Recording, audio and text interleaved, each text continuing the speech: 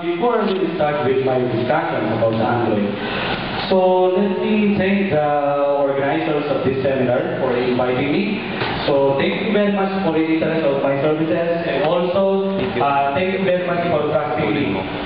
That's why I'm here today. So basically, I'm going to discuss to you about Android operating system. So nowadays, guys, so we have from web application, we have shift to mobile applications. Okay, most of the development nowadays, so it's not. So if, for example, you will be developing web applications, so there are hundreds or thousands of experts of web applications.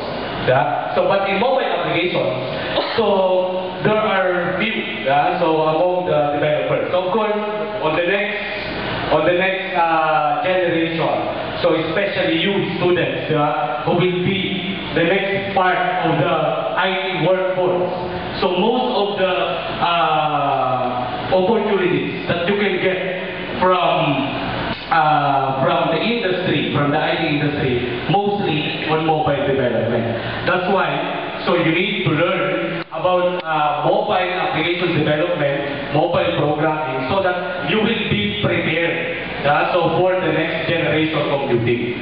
So let's like this. So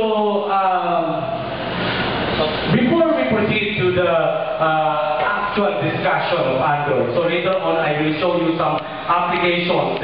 So wherein I could inspire you to learn Android programming. So basically, so if you want to learn Android programming, first thing that you need to know is about Java programming. So all of you have an idea or have an knowledge in Java programming? Yes, alright, very good.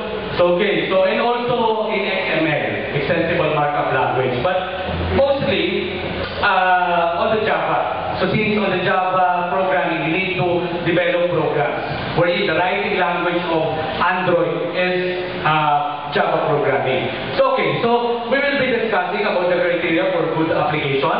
So on this criteria, so of course we developers, we actually consider not just what we want, but also the requirements of our clients. So next time if you will be on the industry, so developing programs, so you need to consider so the requirements of your clients. So one of the criteria for a good application is that well-defined target market, so linked to intangible qualities. So of course you need a market share, so for your application. So if, for example, you will decide to develop mobile applications, so for you to earn from that, so aside from selling it to a person, aside from selling it to a particular company, or aside from, let's say, rendering services to a particular company, one of the things that you need to do is to upload your apps on the internet. Yeah? So to upload it on the Google market. So, and one of the criteria, of course, so what matters is the number of downloads so that you will earn. Okay? So next is functionality. So run successfully and with ease on Android mobile phones. That's what it's supposed to do.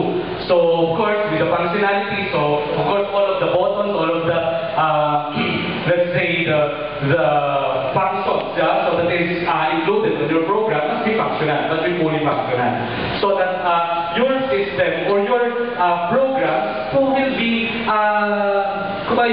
you should have a market, so market share, so on your apps, so that you could earn. So next one is uniqueness in its application, doing something out of the common. So but today, so as I'm discussing Android, so especially I'm discussing this presentation in different schools, in different universities in the Philippines. So when we say uniqueness in IT, so actually, sir, paano maging unique? So napakaraming application ngayon. So it's almost the same, ba? So pag sinabi mo, let's say for example, you will be proposing a particular study or particular research to your professor, to your advisor thesis. So hindi mo pwede sabihin na walang kaparehas yan. So mostly, so may mga kaparehas. So, but when we say uniqueness class, it's because of you added more features. You added additional features, which is not present. So, on what is available on the market. So, or what is available on the internet or on the Google market. So let's say I will be doing a quiz game in Android, or I will be doing a puzzle game in Android.